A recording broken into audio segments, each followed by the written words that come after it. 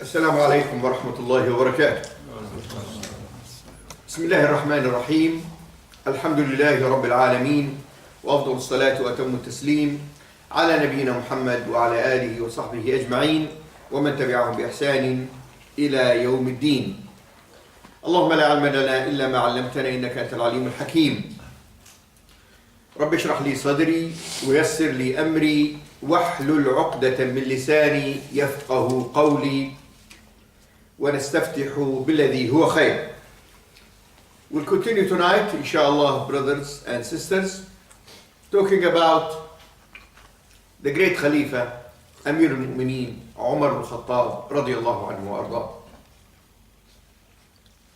So, the last week, I spoke about what happened when Abu Bakr radiyallahu anhu was in the last days of his life, when he discussed with the Sahaba radwanullah alayhim who will be the Khalifa after him.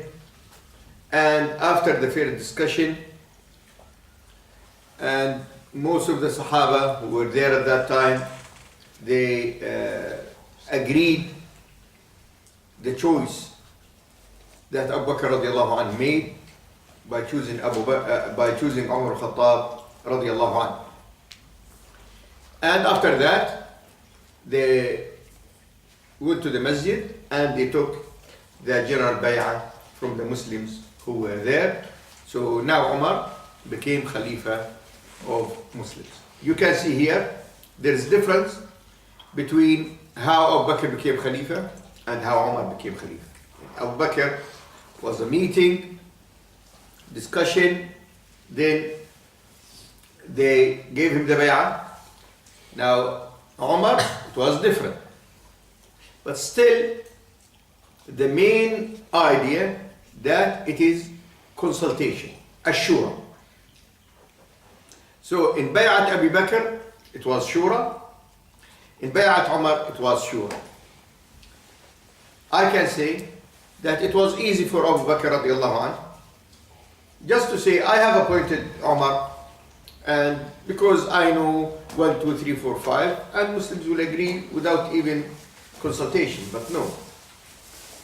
All these Khalifas, radiallahu anhum ajma'in, they followed the main principle that Allah subhanahu wa ta'ala laid down in the Quran, وَأَمْرُهُمْ شُورَى بَيْنَهُمْ. And he ordered the Prophet sallallahu alayhi wa sallam, he said, وَشَاوِرْهُمْ فِي الْأَمْرِ. Consult them in the matters.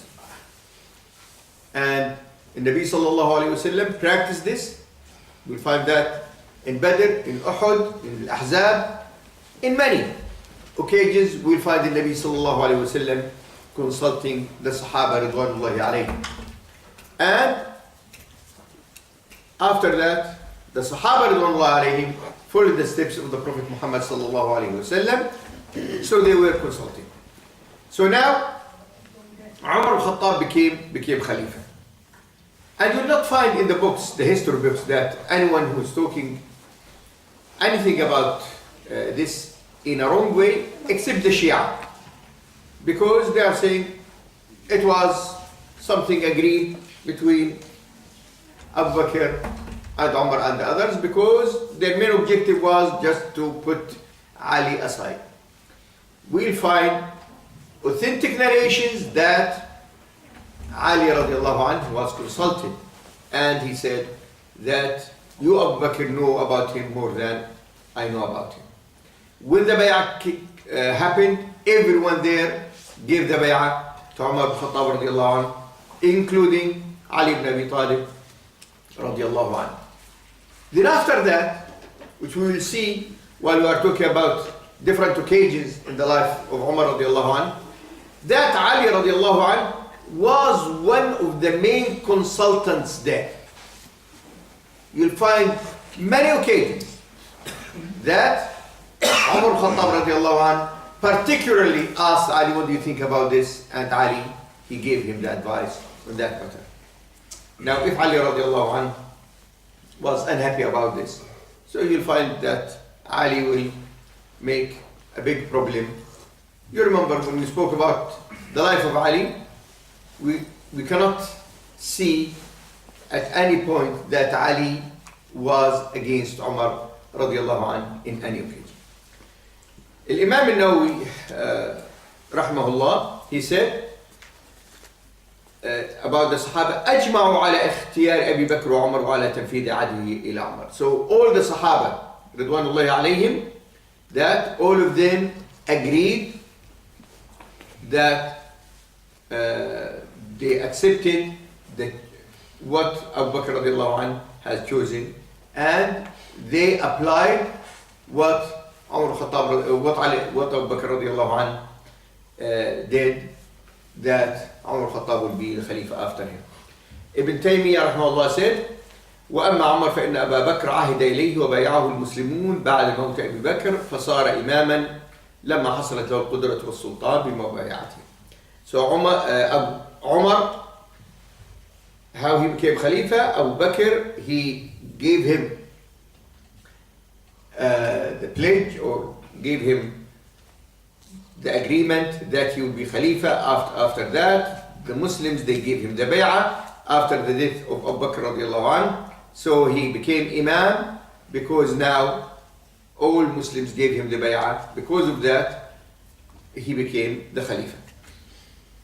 Sharih al-Tahawiyya, the one who spoke about al-Aqidah al-Tahawiyya, which is considered to be one of the most important books about the Aqidah of Ahl Sunnah wal Jama'ah, he said, وثبتت الخلافة بعد أبي بكر رضي الله عنه لعمر رضي الله عنه وذلك بتفويض أبي بكر الخلافة إليه واتفاق الأمة بعده عليه. That the Khilafah after Abu Bakr, it was confirmed to Umar رضي الله عنه because Abu Bakr, with the consultation of the Sahaba, he asked him to be Khalifa after him, and the Ummah, all of them accepted on that. So from these different statements, we find that Umar radiallahu anh, or Khilafat Umar, was with the ijma' of the Sahaba and the ijma' of the Ummah at that time. And I have to point here that during these times, you'll find the people in Medina, they were in charge of this matter. So don't expect that when this happened, that they will say, okay, we'll have a general meeting for all Muslims tomorrow in Medina. So all the people from, at that time, Egypt, or some of them Syria, Iraq, Mecca, and Yemen, all of them will come to Al-Medina, to all of them to give the bay'ah. Actually, what happened, the people in Medina, who were the most important body of Muslims at that time. Because when you think even about the numbers of Muslims, you will find if Muslims at that time were 500,000, so you'll find 400,000 they are in Medina, and the other 100,000, few here in Iraq, few in Egypt, few in Yemen, Mecca, and so on. So the main body of Muslims were in Medina, and when those accepted the Khilafah, then the others will follow the choice of the people of Medina. And again, remember the people in Medina at that time, because the Sahaba still there. And in the time of Abu Bakr and Umar, all the great Sahaba, all of them in Medina. You'll not find many outside. Maybe you'll find one in Yemen, one in Bahrain, one in Iraq. So few of the great Sahaba who were either leaders or wali, a governor at that time. So the people in Medina, they were the people who made the choice and made the bay'ah, and from that Umar radiallahu anh became the Khalifa. Now, what Umar radiallahu anh said when he became Khalifa. You will find here when I read about 3 speeches narrated, but all of them we can understand them together, and I'll try tonight inshallah to explain these main rules that Umar radiallahu anh laid down and how he applied every single word he said. And here you can see the difference. If you remember, I mentioned this to you before, brothers. the difference between these great Sahaba radwanullahi alayhim and the politicians came after them, that these people, from day one, they said, this is my, what they call it now, manifesto. This is what I'm going to do. And they commit to every single word that they said in their manifesto at that time, in their declaration. So everything. So it is very important for all of us to understand the first speech that Umar said. As I mentioned, there is 3 narrations of this. So I read it to you, inshallah, and try to analyze it. So it was narrated that the first speech he gave was, Allah is testing you with me and testing me with you. After my 2 companions, by Allah, I will not delegate to anyone else any of your affairs that I can deal with directly. And if there is anything that I cannot deal with directly, I will try to delegate it to people who are able to deal with it and are trustworthy. By Allah, if they, the governments, do well, I will reward them. And if they do badly, I will punish them. Those who heard his speech and narrated it said, by Allah, that was his way until he departed this world. Now you can see from these words that Umar put the layout how he will deal with the matters. Firstly, he's saying here that the Khilafah in itself is ibtila. It is not something that you will spend £1 million to get it. So you'll find in here or in America how many million pounds or dollars spent for a person to be a president. And here the MPs and all of these things when they do the campaign. Now Umar, he's looking at this matter a different way. He's saying that this is a test. So I've been put in a trial. And this is why when Abu Bakr radiallahu anhu at the beginning, when he spoke to Umar about this matter, he said to him, please, I don't want this. And even when he was dying and someone said, give it to Abdullah ibn Umar, he said, one is enough. He was so scared of this. Why? Because all the time the akhirah was in front of his eyes. All the time. And when we go through, we'll find that this was Umar. Umar is a person of akhirah. Any decision he takes, he is looking for the akhirah. The dunya means for him 0. So first he said, Allah is testing you with me and testing me with you. After my 2 companions. Okay, means Nabi sallallahu alaihi wasallam and Abu Bakr radiallahu anhu. Then he spoke about how he'll deal the matters. Now you come as a citizen now and ask Umar for something. Here he's saying that I'm not a person who will cross my legs, sit on a big desk, and there is 10 secretaries and 10 phones and all of these things, and you cannot reach me. No. You reach me, ask me for what you want, what concerns you, how I can serve you. Now these days when you call, they say, how can I help you?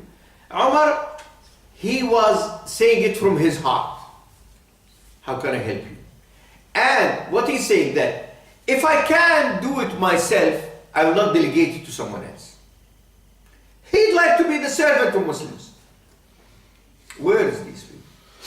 Where are they? Wallah, you will not find them in Arab or Ajam or Americans or Europeans or tell me any what they call a democratic leader in the world these days that he will deal with the matters by himself. That the consultants and these people, they pay them, some of them £500,000 a year or £1 million. Then for what? He's sitting there next to David Cameron. Okay, there's a matter. Okay, what do you think? Just do a research, go to Google and find out what, or give me your ideas. And for just, maybe during the year they gave them some ideas, their salary 1 million or £500,000. You must try to do this. Okay, so Umar radiallahu anhu said, I will not delegate to anyone else any of your affairs that I can't deal with it directly. And if there is anything I cannot deal with it directly, I will try to delegate it to people who are able to deal with it and trustworthy.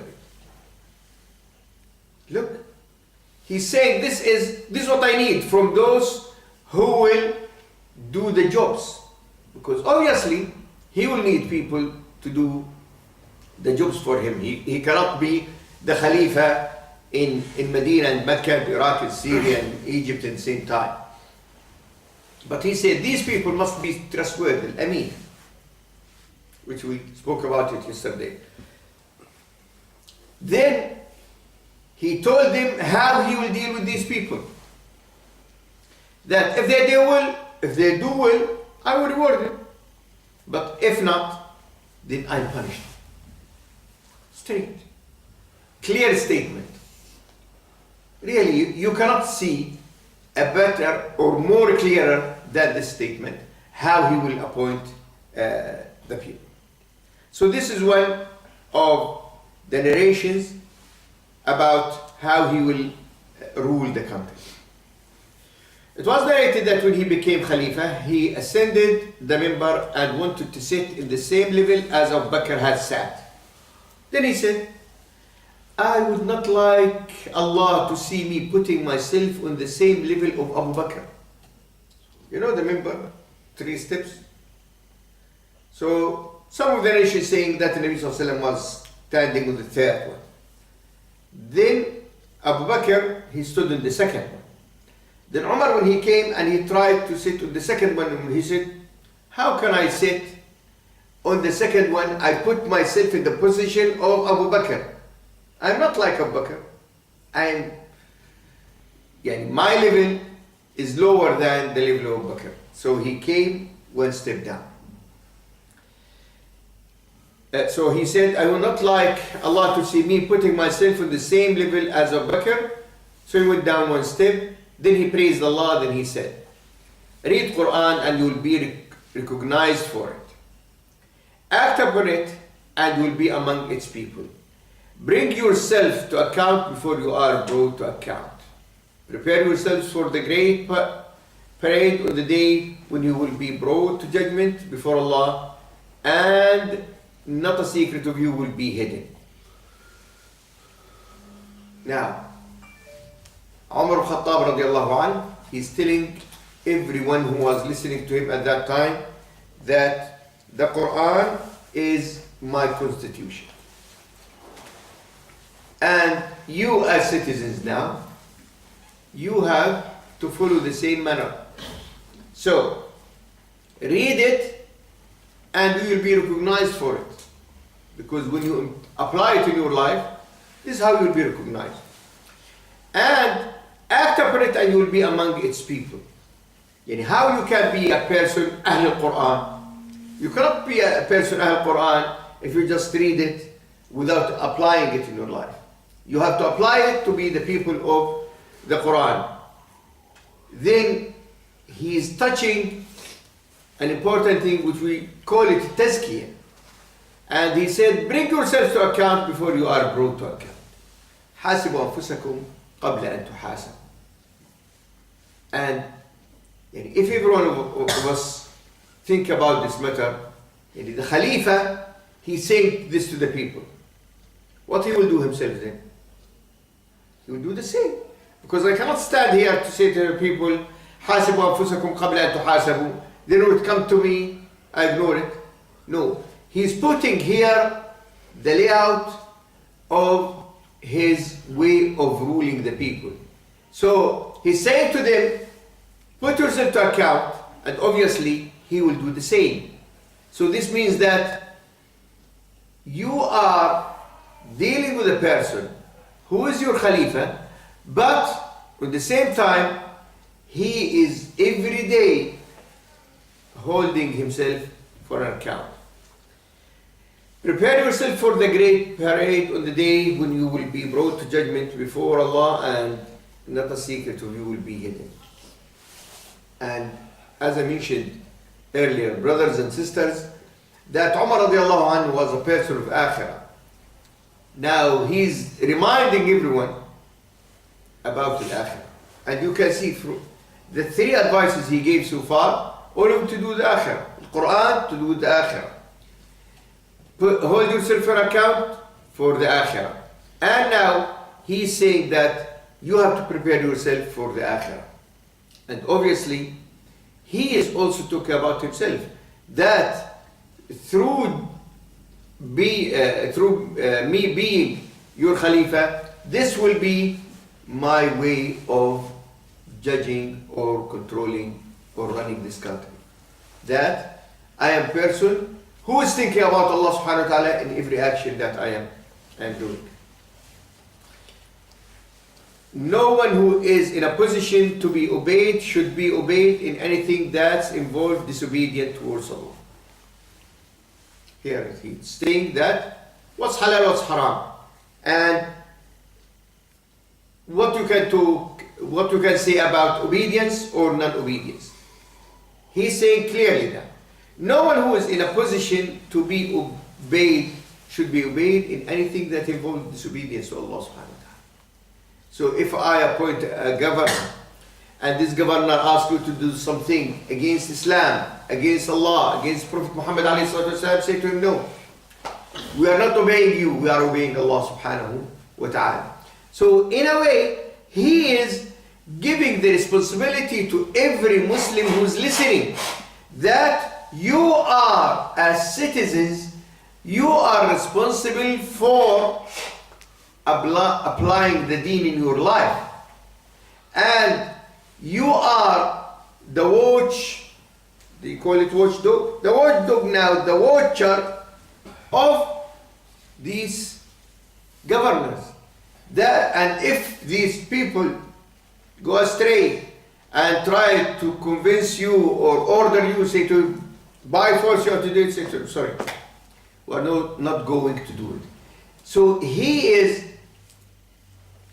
drawing the picture and telling the people how everyone will be responsible. And this is, brothers, an important part in Islam, which is these days, unfortunately. If it is in non-Muslim countries or Muslim countries, which we talk about al-amr bil-ma'ruf wal-nahy 'anil munkar, enjoy good and forbid evil. When Umar radiallahu anhu say to the people that if there is some in a position and ask you to disobey, say to him no, he is saying every one of you must apply al-amr bil-ma'ruf wal-nahy 'anil munkar. Then Umar Khataab radiallahu anhu, he spoke about the financial issues.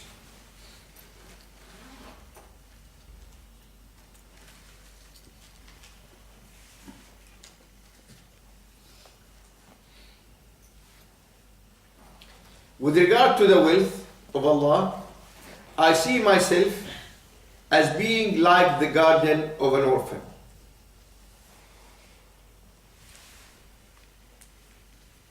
If I find a means of being independent, I will refrain from taking anything, but if I need to, I will take on a reasonable basis. Now, Umar, he's saying that regarding Bayt al-Mal, the treasury of the country, I will be like the guardian of an orphan, which is Allah subhanahu wa ta'ala mentioned clearly in Surah An-Nisa, that if you are a guardian of an orphan, that if you need, you eat bil ma'ruf. So you are not responsible for an orphan and he has money, then you go, you invest it for yourself, and then all the benefits you take it. And no, this is not Islam saying to you. The Quran is clearly in Surah An-Nisa, the first part of Surah An-Nisa, that if you need, you take bil ma'ruf. only what you need. But if you are rich, then don't touch it. Leave it. Give him this money. So he's saying the same here. That if I need anything, I will take on reasonable basis. And if I can be independent, then I will not take anything. So here, brothers and sisters, we can see the method of the early Imams who did not see any difference between fearing Allah and joining others to do likewise. So he's asking the people to fear Allah, and he's doing the same. And running the affairs of people in accordance with Allah's law. And there is nothing strange about Umar showing respect to his predecessor Abu Bakr radiallahu anhu, sitting in the same place as he used to sit, thus making himself, and came down 1 degree before the place where Abu Bakr used to sit. There is another narration. 2 days after Umar was appointed as Khalifa, the people started talking and saying how worried they were about his harshness and punishment. Because Umar, in the life of Prophet Muhammad sallallahu alaihi wasallam, he was strong. And you remember in some cases he said, "Oh Prophet Allah, let me kill that person because he's munafiq and this." And in the time of Abu Bakr, he was strong. Now when he became Khalifa, they said, oh, we'll have a hard time with Umar radiallahu anhu. They didn't understand that Umar all the time, even when he was a little bit harsh, that he is trying to please Allah subhanahu wa ta'ala. So he'd like now to ease these tensions or expectations or fear. So he said, realized that he had to clarify the matter himself. He ascended the minbar and addressed them, describing how the Prophet ﷺ and Abu Bakr had been and what their method of dealing with people was, and how they had been pleased with Umar when they died. Then he said,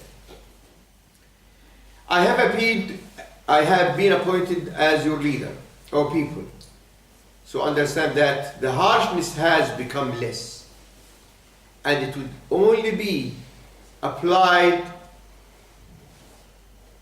to wrongdoers and oppressors. That the harshness that you know about me became less, only it will be applied to those wrongdoers and oppressors. I will not allow anyone to oppress anyone else or to transgress the rights of others. So he's saying that this is what he's going to do. He will not allow oppression to be there among Muslims. He will not allow any oppressor to continue his oppression or transgression. Then he said about those oppressors, I will put his cheek on the ground and place my foot on his other cheek until he submits to the truth. So here, when there is one clearly he is doing wrong, then there is no tolerance. You know when they say there is zero tolerance? This is zero tolerance. That I'll put his cheek on the ground and place my foot on the other cheek until he submits to the truth. In contrast to the former harshness of mine, I will lay my own cheek on the ground before those who are humble and modest. Listen to this again, brothers. In contrast to that former harshness of mine, I will lay my own cheek on the ground before those who are humble and modest. How humble is this great Khalifa? I put my cheek on the ground for those humble. So if you are a good Muslim, I am your servant. I put my cheek on the ground for you. But if you are trying to oppress Muslims, who are my citizens now, no, I will not allow you to do this. I'll put your cheek on the ground and I'll put my feet on your cheek. Because in this way, I'll try to be sure that every Muslim in this state at that time is safe and have their rights. O people, I make some promises to you which I will mention so that you will hold me to them. I promise that I will not take anything of your taxes or of the booty fay that Allah grants to you except in the proper manner. So anything to do with tax, jizya, al-fay, al-booty, I will not take any of these except in the proper manner. I promise you that whatever I do take, I will not spend it except in the proper manner. Even when I take, doesn't matter how much. I promise you that I will spend it in the right manner. I promise you that I will increase your step ends. That because at that time, every Muslim, he has his share, or he has his, these days, his benefit. Every Muslim, he has his benefit. You see, before these people start talking about benefit, and every year talking about cuts, no. Umar doesn't talk about cuts. He's talking about increase. If Allah wills, and I will protect your borders, which is, he's talking about now the foreign policy. I promise you that I will not throw you into dangerous places or keep you away from your families for a long time. Now he's talking about jihad and fighting and all of these things. So he's talking about borders. If we talk about borders, this means that the army, Muslim army, will be in these borders. So, what his promise, if I know that there is an area which is very dangerous, I will not put you there because I don't want you to put you in this, to throw you in a situation that I am sure that it is very dangerous for you. No, I will not do this. And for those who will go for jihad or they serve in the army at that time, you will not be there for a long time. And this is what he did, Umar Khataab radiallahu anhu. Because one day he passed, because this is what he used to do.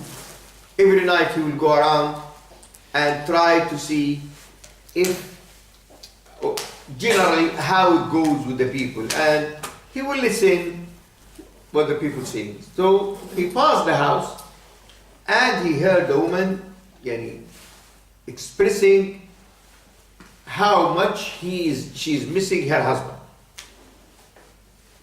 So Umar radiallahu anhu went to his daughter Hafsa, the wife of Prophet Muhammad ﷺ, and asked her how long the wife can be patient for her husband to be away. She said 1, 2, 3, maximum 4 months. Then Umar, what he did, he made now the terms maximum 4 months. So those who will go in January, by the end of April, they must be back, spend some time with their family, and other group will go, and so on. So this was his promise at the beginning. He said, and I will protect your borders. I promise you that I will not throw you into dangerous place or keep you away from your families for a long time to guard the borders. When you are away on military campaigns, I will be responsible for your children until you come back to them. Allah. Look, they don't send them there and we don't know if the family they're in need, they need money, they need help, they sick. No, he said, these children now, your families, that you left behind you, in a way like my family now. I will take care of them until you come back. When we say that no Khalifa is like Umar in the history, just listen to what he's saying and listen to what happened after that to see that really he is a unique person in the Islamic history.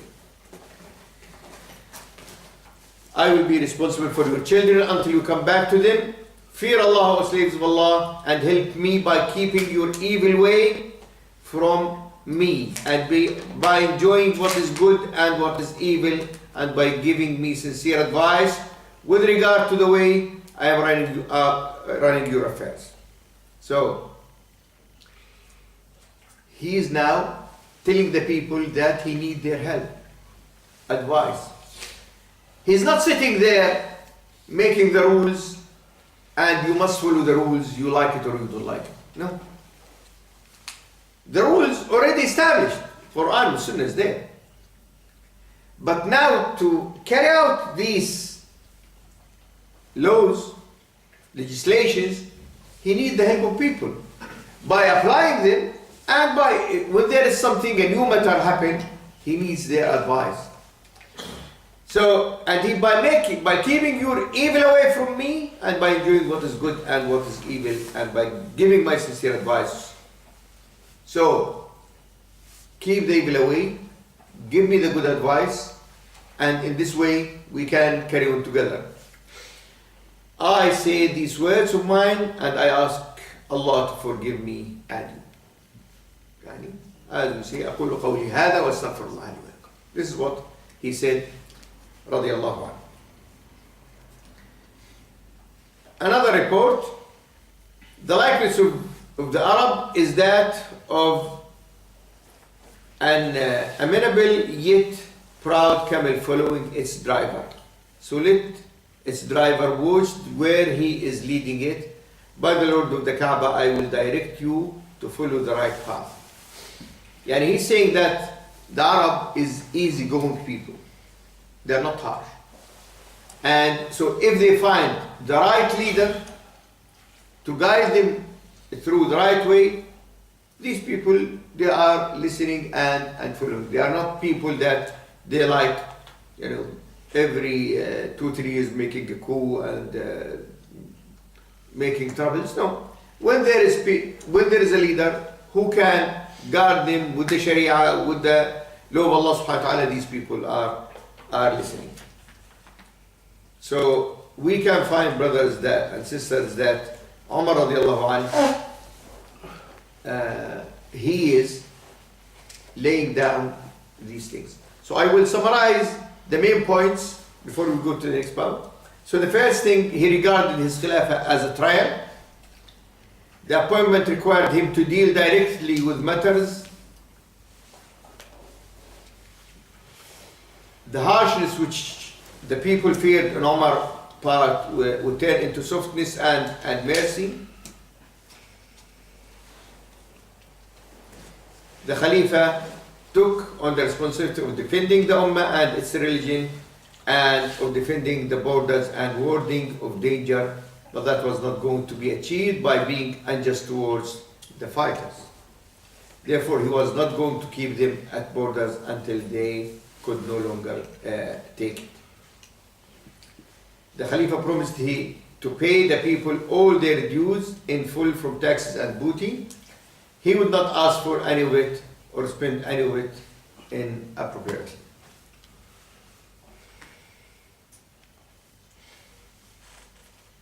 In return for all that, he expected the people to do their duty of being sincere towards the Khalifa, listening to him and obeying him, enjoining what is good and forbidding what is evil. He drew attention to the fact that this could not be achieved except by fearing Allah, checking oneself and being aware that one would be brought to account in the hereafter. So these are, we can say, the main lines that Umar did in his speech. Now let us see, did Umar radiallahu anhu apply these in his life or not? So we look at some of the incidents in the time of Umar radiallahu anhu.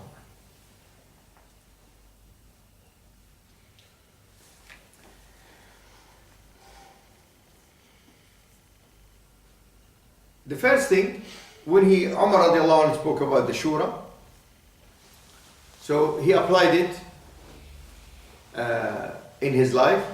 So you'll find that all the time he is consulting Muslim. And he said, لا خير في أمر أبرم من غير شورى. So there is no barakah or no good in any matter has been decided without shura. And he said, يحق على المسلمين أن يكون أمرهم شورى بينهم وبين ذوي الرأي منهم فالناس تبع لمن قام بهذا الأمر ما اجتمعوا عليه. So it's a must on the Muslims that they must have shura all the time from the people who has knowledge and wisdom, because the people they are following when the people they are applying the shura. So he will find how he applied this. For example, he wrote to the army leaders in Iraq, and they said to him, consult in the military matters Amr ibn Ma'ad Yakrub wa Talha al-Asadi. And he said to them, ask them for advice because they have the knowledge of this, and don't give them any authority. Subhanallah. And look, two great Sahaba, Amr ibn Ma'ad Yakrub, if you remember when Khalid Walid radiallahu anhu asked Abu Bakr to send him supply, he said to him, I will send you a man, he is equal to 1,000. Who was the man? Amr ibn Ma'ad Yakrub. And this was the right. So in two of the battles there in Iraq at that time, the ideas and the braveness of Amr ibn Ma'ad Yakrub proved that when Abu Bakr said, I am sending to you a man equal to 1,000, he was absolutely true. Now Umar, he's following Abu Bakr radiallahu anhu. So he said to the leaders, the army leaders there, if you need any military advice, ask Amr ibn Ma'ad Yakrub and Talha al-Asadi. But don't make them leaders, because they are excellent for this matter. But if you make them leaders and the people that will start ruling these things, maybe this will corrupt their professionality in these things. Because you'll find in real life, there's brothers, sisters, if you appoint them to be responsible for something, they fail. They cannot lead. But if you ask them, give them a task, say, I'm expecting this task to finish in 1 week, they will finish it maybe in 3 days. But say to them, to the same person, okay, I'll give you a group of people to reach that task in 1 week, it takes 1 year. Because not everyone able to lead. But there is people that are excellent in working, in fulfilling the tasks. There is people excellent in planning, and there is people excellent in leading. When the thing mixed, then you'll find what's the problem. This is why sometimes you'll find a person, mashallah, he's abid, zahid, fearing Allah subhanahu wa ta'ala, praying 5 times in the masjid, reading the Quran, hafiz. And the people, they think, mashallah, this brother can be the leader. Then when it comes to reality, he cannot do the job. He's excellent in serving Allah subhanahu wa ta'ala, but he doesn't have the qualities. So here he said, these, keep them in this professional, advisors, but not leaders. And he wrote to Sa'd bin Abi Waqqas. And he said, ليكن عندك من العرب أول من أهل الأرض من تطمئن إلى نصحه وصدقه فإن الكذوب لا ينفعك خيره وإن صدقك. He said to Sa'd bin Abi Waqqas radiallahu anhu, take from the Arabs, because obviously all the soldiers at that time were Arab, what you are happy with his advice and he's telling the truth. Why? He said the one who's a liar in himself, he will not benefit you even if he is telling you the truth at that time. Look, yani, he's directing the leaders how to choose their advisors. That maybe there is someone, he's professional, but he's a big liar.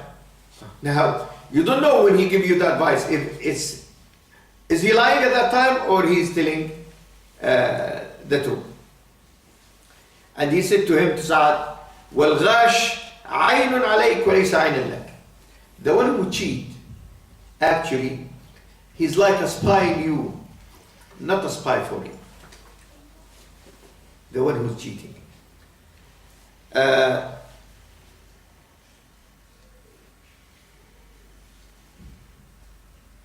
And Umar, his way in the Shura, that he will ask first, when there's a matter, he will ask the general public, brothers, what do you think of this? They will give him ideas. So he will take the ideas. Then he will have a meeting with the great Sahaba, mainly the people of Badr. So the people of Badr, their word was on the top. What do you think, great Sahaba? They will give him the idea. Then after that, he will discuss it with a very close group of these. Then he will take the decision. Now, when you think about the new democracy, what they have different? They have the parliament, then will give to the lords, then go to the government. So Umar was doing this, but in a halal way, in a professional way. There is no lies, no plots. There is no one over his shoulders to say to him, do this and this. No business people controlling the country. No, this wasn't the case. He was all the time al-akhirah in front of him. And also with the shura, you'll find Umar Khataab radiallahu anhu used to pump a new blood in the, this is what they say it in Arabic, pump a new blood in the shura body. How this happened? Abdullah ibn Abbas radiallahu anhu, in the life of Muhammad was a young man. So you find the hadith, when he said, Ya ghulam, ahfadullah yahfadk, oh you young boy. So it means Abdullah ibn Abbas, in the time of Muhammad maybe 10, 12 years. Then in time of Umar, maybe he was 18. And he started allowing him to come to the meetings. And some of the Sahaba, they said, why you are allowing Abdullah ibn Abbas? Because all of us, we have young people like him. Then he said, okay, I will deal with this matter. So they were sitting, Abdullah ibn Abbas was there. Then Umar radiallahu anhu, he said, okay, Sahaba, what do you think of قوله تعالى إذا جاء نصر الله والفتح ورأيت الناس يدخلون في دين الله أفواجا فسبح بحمد ربك واستغفره إنه كان توابا. So some of them, they kept quiet, because this was the manner of most of the Sahaba. If they are not sure 100%, they would say nothing. And some of them, they said that Allah subhanahu wa ta'ala is ordering Muhammad sallallahu alayhi wa sallam to make tasbih. Then he said to Abdullah ibn Abbas, Abdullah ibn Abbas, what do you think of this surah? He said, this surah is telling the Prophet ﷺ that he will die soon. So everyone, and this was what happened. Yani, few months after this surah revealed to Muhammad ﷺ, Nabi sallallahu alayhi wa sallam died. And Umar, he said, what I know is exactly what you said. So he confirmed that Abdullah ibn Abbas is not saying something from his head. He said, I know about the surah what you know. He confirmed what he said. So in this way, the Sahaba radhiyallahu anhum understand that, yes, Abdullah ibn Abbas, he's a young man and he's coming to attend their meeting, but he has knowledge. And he started asking other Sahaba, other young people to join, because he'd like these people to learn, and also he knows that there's some matters, as he said, it needs the sharp brains of these young people, because there's no doubt that the old people, mashallah, they have the knowledge, they have the experience, but these young people, Allah subhanahu wa ta'ala blessed them with sharp brains that they think it in a different ways. This is the shura in the time of Umar Khataab radiallahu anhu. When Umar Khataab radiallahu anhu used to consult the Sahaba radiallahu alayhim, he used to give them the full freedom to say what they think, if they agree with him or they don't agree with him. We'll find this in the time of Ta'un, the black, what do they call it? The Black Death or the plague. So when Muslims were in Syria, this plague happened, Ta'un. Umar Khattab radiallahu anhu was coming and Abu Ubaidah was there. So before he entered the area, they told Umar that the Ta'un is in that area. So he consulted some of the Sahaba. They said, don't go, because now you are, in a way, you are going to destroy yourself. So Umar Khattab radiallahu anhu, he said to Abu Ubaidah, okay, we are not going into that area. So Abu Ubaidah, he said to him, are you flying or fleeing from the qadr of Allah, ya Umar? Now look. So Abu Ubaidah now he's talking to Amir al-Mu'mineen. He's refusing what he's saying. So he said to him, بل نفر من قدر الله إلى قدر الله. We are running from qadr Allah to qadr Allah. Then he gave him an example. He said to him, if you have camels and there's two areas, one area it's mashallah green grass everywhere, another one barn, there's nothing in it. So if you put it in the green side, it is qadr Allah, because you use your brain, and if you put it in there one, it is qadr Allah, because you didn't think. He said to him, we نفر من قدر الله إلى قدر الله. So this is an example that Umar Khattab radiallahu anhu he used to listen to those who are giving their ideas, and he's ready to change what he thinks even after all the consultation, if he find that someone will tell him the truth. So this was the first pillar, we can say, of all the manifesto that Umar Khattab radiallahu anhu said. The second and one of the important things that Umar applied in his life during his time as a Khalifa, al-adl wal-musawat.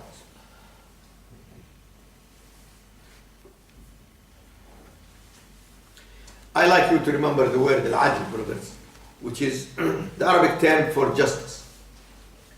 Because I think adl in Arabic is more comprehensive than justice in English. Because when we talk about adl, we talk about adl in every single thing. Al-musawa means equality. Equality between all the citizens. Everyone, they have the same rights. Doesn't matter who they are. Islam didn't give the hakim, the ruler, the authority to choose how he will apply justice. Allah subhanahu wa ta'ala said, إن الله يأمر بالعدل والإحسان وإيتاء ذي القربى. So, يعني, العدل is an order. And Allah subhanahu wa ta'ala, He said it clearly here. يأمر. He ordered you to apply justice. And even to the Prophet sallallahu alaihi wasallam, he said, with the Jews will come to him. فإن حكمت فاحكم بينهم بالقسط. So, when you judge between them, even the Jews, judge between them with justice. And many ayahs talking about this matter. So you will find Umar radiallahu anh, he applied this because the Quran, the Sunnah, the manhaj of the Prophet sallallahu alaihi wasallam, the manhaj of Abu Bakr radiallahu anh, and the whole ummah, they are agreed that al-adl is an essential thing in the whole, in running the country.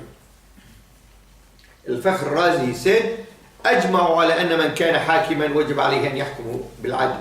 So all the ummah, they are agreed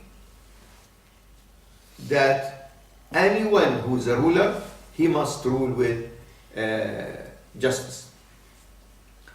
And Allah subhanahu wa ta'ala said, يا أيها الذين آمنوا كونوا قوامين لله شهداء بالقسط ولا يجرمنكم شنآن قوم على ألا تعدلوا اعدلوا هو أقرب للتقوى واتقوا الله إن الله خبير بما تعملون. Or you who believe, be steadfast and do your duties to Allah subhanahu wa ta'ala, witness on and all the time with justice. And don't let the hate of a group of people to make you unjust. Be just, and this is the most or the best way to be close to taqwa and fear Allah, because Allah subhanahu wa ta'ala is aware of what you are doing. So Umar Khataab radiallahu anh, he gave the best example of adl in his life, and you'll find that when the people think or talk about al-adl or talk about Umar, they link him with al-adl. We'll find that Umar radiallahu anh, he was very strict on the adl, even when it comes to himself or his family, and all the time, as I mentioned earlier, the akhirah was in front of his eyes all the time. And what helped Umar to apply al-adl? Because the Sahaba ridwanullahi alayhim, at that time, all of them, they are happy to apply justice, and no one of them, generally speaking, he is accepting injustice at any time. I'll give you some examples.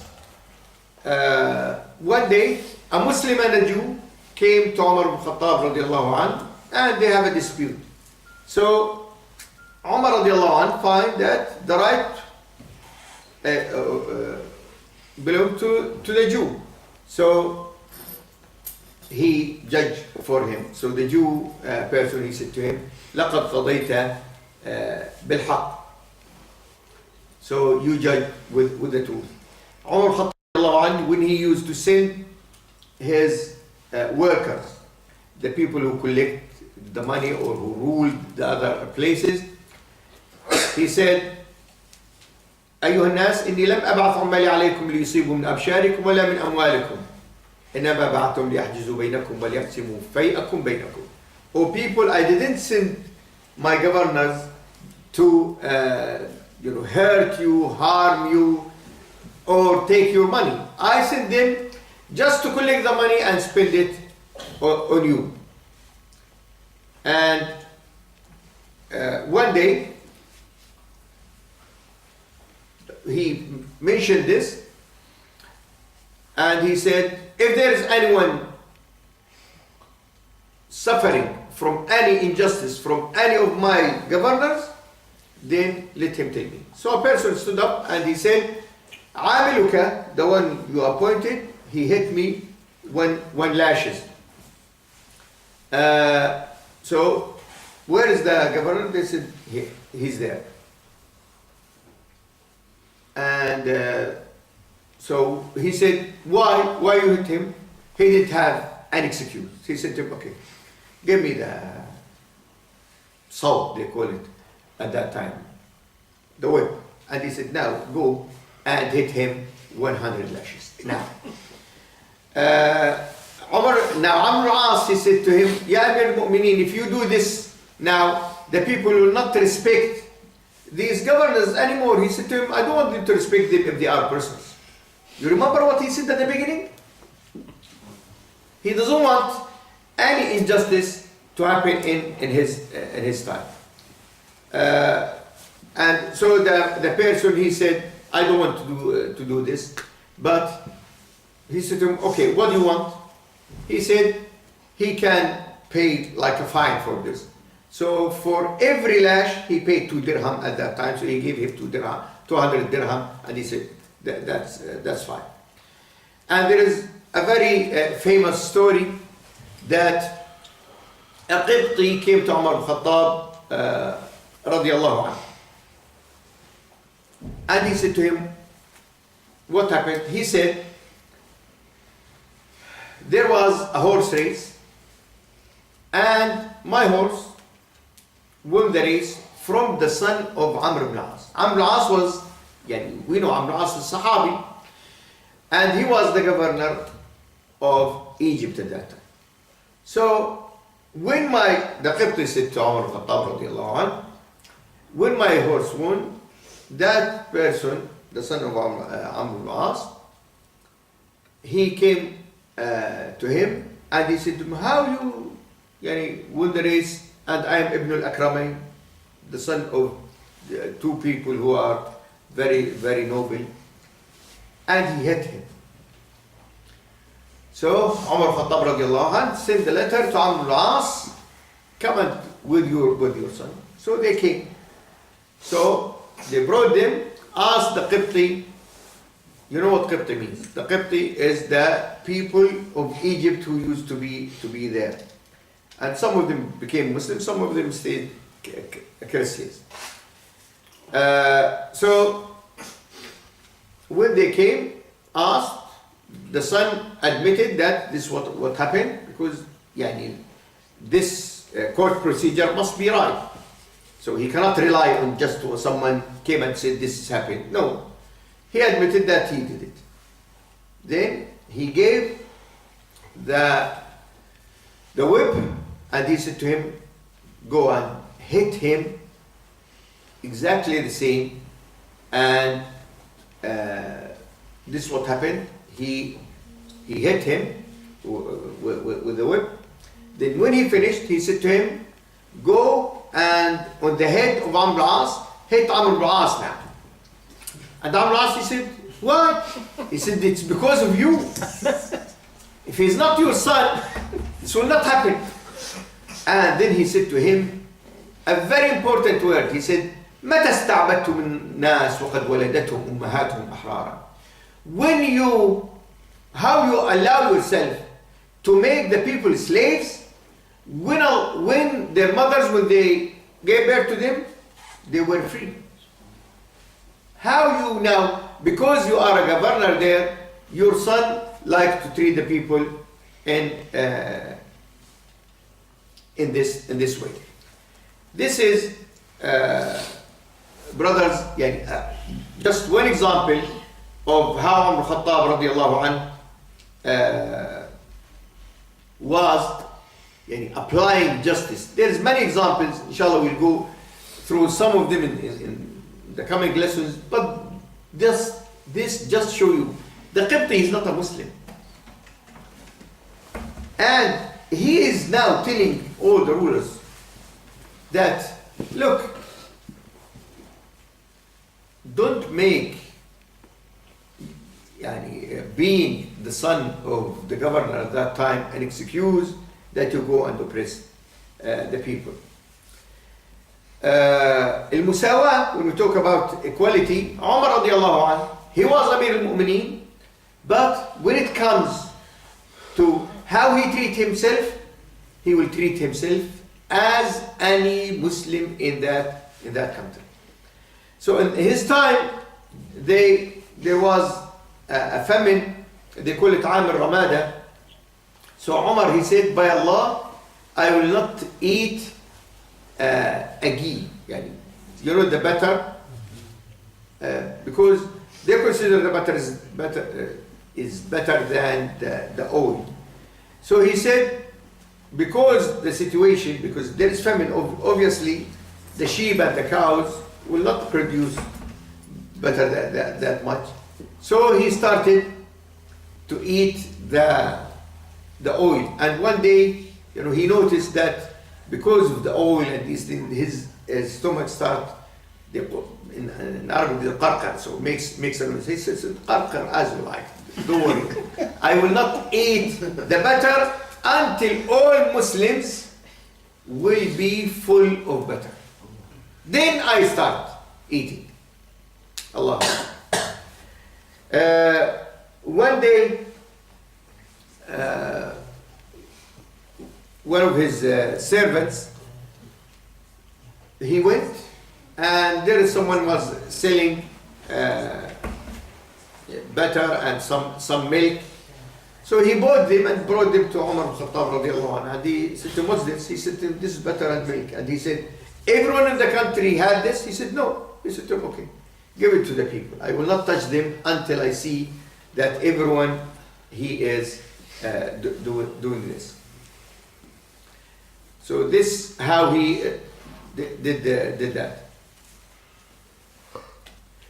And one day, Umar al-Khattab radiallahu anhu was in Hajj.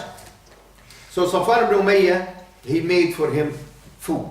And the food was so much that it needs 4 people to carry it. So those servants who carried the food and prepared it, they put the food and they stayed aside. So Umar al-Khattab, he said, why these people, they stayed aside? They said, don't worry, they will eat after us, later.